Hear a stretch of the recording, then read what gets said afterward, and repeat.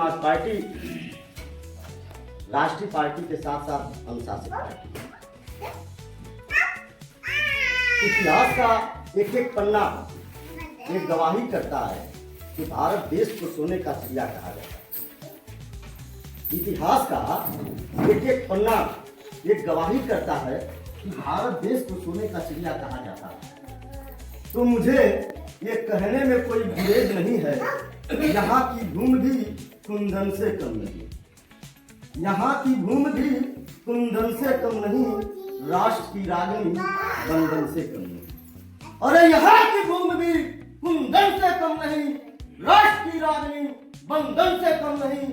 अरे मेरे सर्व समाज के लोगों, आओ आप मिलके चिट्ठी से उठा माथे लगा ले हम, क्योंकि बाबा साहब के पैरों के नीचे की धूल किसी चंदन से कम नहीं, चंदन से कम नहीं। सम्मानित साथियों, कुछ कहने से पहले सर्व समाज में जन्मे सभी संतों गुरुओं महापुरुषों को नमन करता हूँ, वंदन करता हूँ। साथ ही साथ अंधों को आंख, बहरों को कान, बेजुबानों को जुबान और भारत जैसे विशाल देश को सुंदर संविधान देने वाले भारत रत्न बोधिसत्व बाबा साहब डॉक्टर भीमराव अम्बेडकर साहब को सशक्त नमन करता हूँ, वंदन करता हूँ। साथ ही साथ राम से डीएस को बहुजन समाज पार्टी के संस्थापक मानवर मसीहा कांसी राम साहब को सशक्त नमन करता हूँ, वंदन करता हूँ।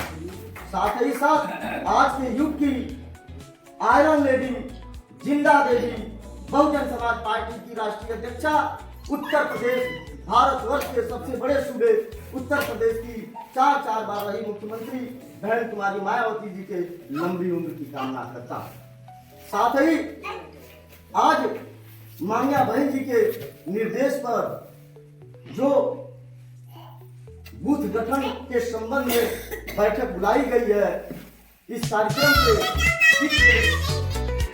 जिन्होंने मान्या बहन जी के आशीर्वाद करे, कई मंडलों का मंडल प्रभारी होकर के हमको आपको सिखाने का बताने का काम किए हैं।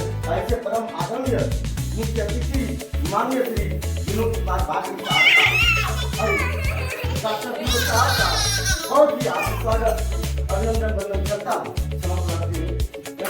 साथ ही कार्यक्रम के विशिष्ट अतिथि माननीय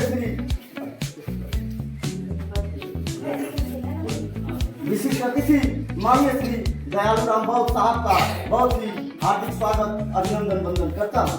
साथ ही साथ इस जिले के बहुत ही होनहार जो हम लोगों को सिखाने बताने का काम करते हैं और बहुजन समाज पार्टी के रीतियों नीतियों में विश्वास रखते हैं, ऐसे परम आदरणीय सम्मानित माननीय जिला अध्यक्ष रमेश कुशवाहा साहब का बहुत ही हार्दिक स्वागत, अभिनंदन वंदन करता हूँ।